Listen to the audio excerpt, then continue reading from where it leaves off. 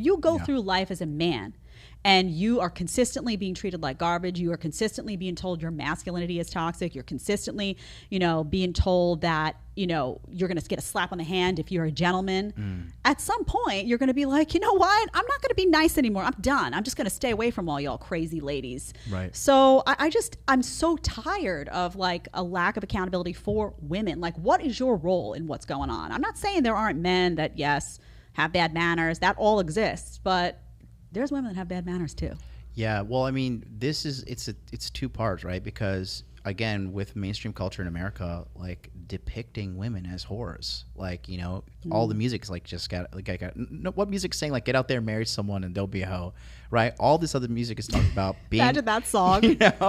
Talking about being promiscuous, women shaking their ass, twerking, becoming a mainstream culture thing. Like all this shit that is like literally painting all women as hoes, and then you have women who are not hoes being shamed by women who are hoes. Like, why aren't you a hoe? Right? I mean, being called a pick me now is like an insult, right? But the bottom line is this: these guys are just following the cultural trends, and for the majority of women who are acting like hoes, like sometimes the girls that aren't hoes get treated like one, right? But it's just the whole marketplace is screwed up because of female promiscuity. Really, it's not easy. I know you said before, like, oh, it's good that I have this platform and all that. I appreciate that, but it's not easy because I don't know if you know Drew Afwalo or you follow any of her commentary. She's a hardcore feminist. She's been wildly popular on TikTok. I mean, she's on red carpets now. And the challenge is when you're conveying that message to women, modern feminism, and she'll outright say like, oh, I don't care about men are garbage, really horrible stuff that in some cases, some would label as misandry, honestly. She's American? I don't know her full background. I'm going to say it wrong, so I'm not going to say it because then I'll get hate for that. But no, I don't believe she is American. Is she in America, though? She is in America now. America, it ruins women, too. It deeply corrupts everything. And I cover her content a lot because I'm trying to show women, like, listen, you're free to follow her advice if you want. I want you to build the life you want for yourself, but this advice is going to lead you here. And my advice is going to leave you here. Right. And this, you're going to be miserable, and here you have a shot to be happy. So think about what I'm saying, know? And I'm trying to like shake them into like reality, but she's an immigrant to this country. I think it was her parents who came to this country. I don't know a lot about her background. I just know about her current content. A lot of chicks who they'll feel like kind of like ostracized by being an immigrant in America. So what they'll do is like they'll hardcore jump on the feminist bandwagon to like seem like they fit in. Well, she's making money. She's held in high esteem. I mean, it was the same thing with... How's she making her money? Through being endorsing feminism? She's an influencer. She's got a podcast now. She's invited to hang out with all the celebrities. That's the popular opinion to have. I mean, in the same way that, if you didn't get an experimental shot in the last few years, you were shunned by media. Right. She's upholding a viewpoint that they want upheld because ultimately her viewpoint is going to keep men and women more separate. She talks about, how you shouldn't consider your body a temple. She's, may or may not, use your own eyes, struggle with her weight. So, it's a different lens on the world. And I'm here saying like, no, let's call unhealthy what it is. Like obesity is not good for you. I don't care. Get off your ass and, get your shit together. You're a woman, you're a guy. It's not healthy. I'm not going to pretend it's healthy so you feel better at home. So it's just a very different way of looking at the world. But her view, the powers that be want it upheld. So she gets a lot of recognition and opportunities. So it's not easy to take the opposite view. A lot of people do take the path of least resistance. So if she's saying be a fat slob, be a whore, have no respect for people, because ultimately, what having respect for people is? It's showing respect for yourself.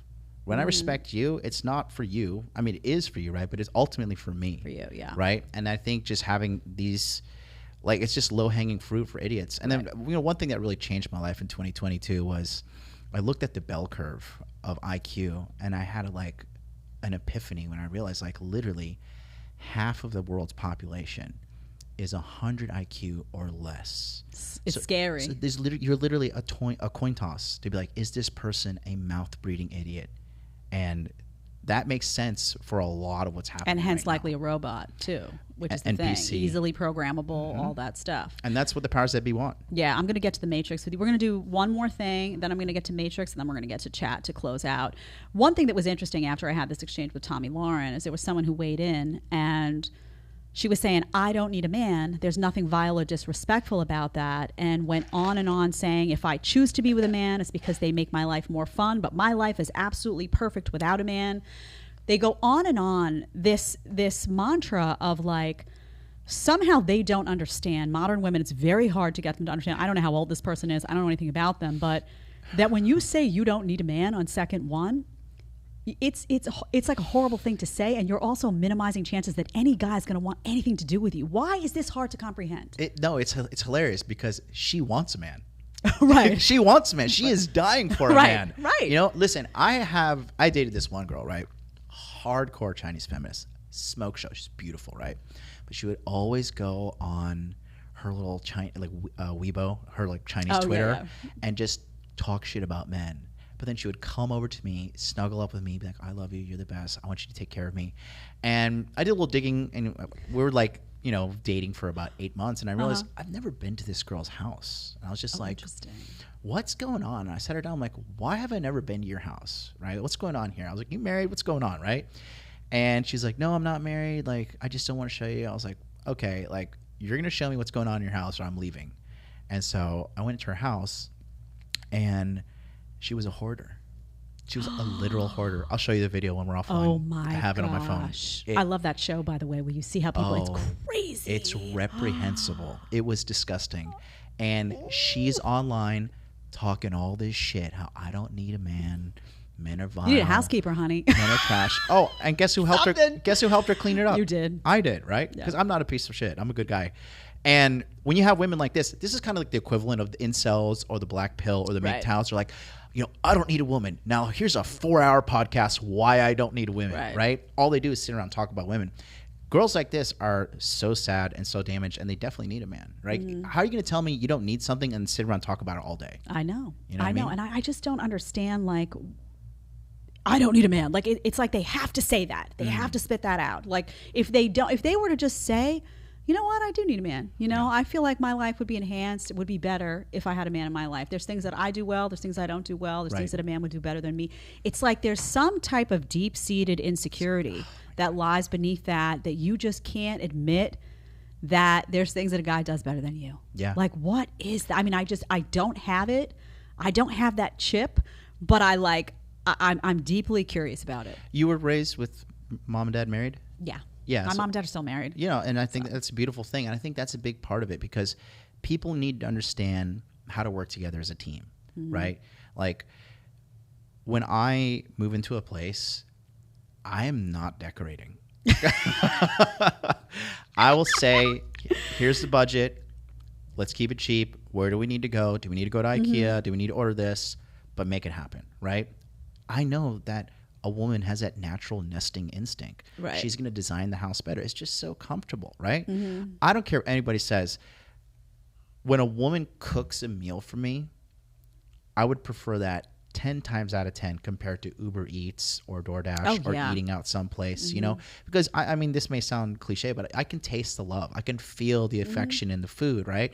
And that's what I want, right? And I can also acknowledge that I'm not insecure in the sense, like, I can acknowledge when a woman is better at me in certain things, right? Decorating, like taking care of children, right? You're not going to leave your kid with, like, you know, here's 45-year-old Bob. He wants to babysit the kid. Right. You know? Right. I think was it Tate that said that? He said something about, like, if you went into a nursery. A nursery and you saw a bunch of dudes, it would be weird. And, you know, it's not something, of course, everybody's triggered. They're going to be, well, why would that be weird? But it would be weird. Everybody instinctually would walk into that place and be like, I think I'm going to go check out another option, you know, just really. Yeah. So it's interesting. It's like if I had my house burning down and like 12 women firefighters showed up, like, man, this house is fucked. You'd be like, all right, I'll have to buy a new house, right? Yeah. You know, that's I say that all the time. I'm like, you know, you say you don't need a man, but let tragedy strike and let them call, like, maybe tell me how you feel if you see me coming to help you. Me, my size, my stature, my strength. Honey, you better run because I'm not going to be that helpful to you. I want to see a big, tall, strapping man.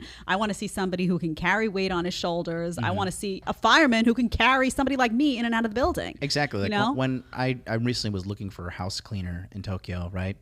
And I had a good amount of guys apply, and I was just like, listen, dude, no offense, but never contact me again. Because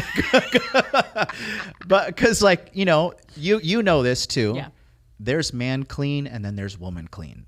Oh, yes. You know what I mean? I live it. I know. Exactly. You know, a woman will get down there in the crevices and clean everything thoroughly. You know what I mean? So that's why I'm saying there are different roles that each gender has to be involved in. If you like the short clip and want to watch another short clip, click here. Or if you want to watch the full episode, click right here.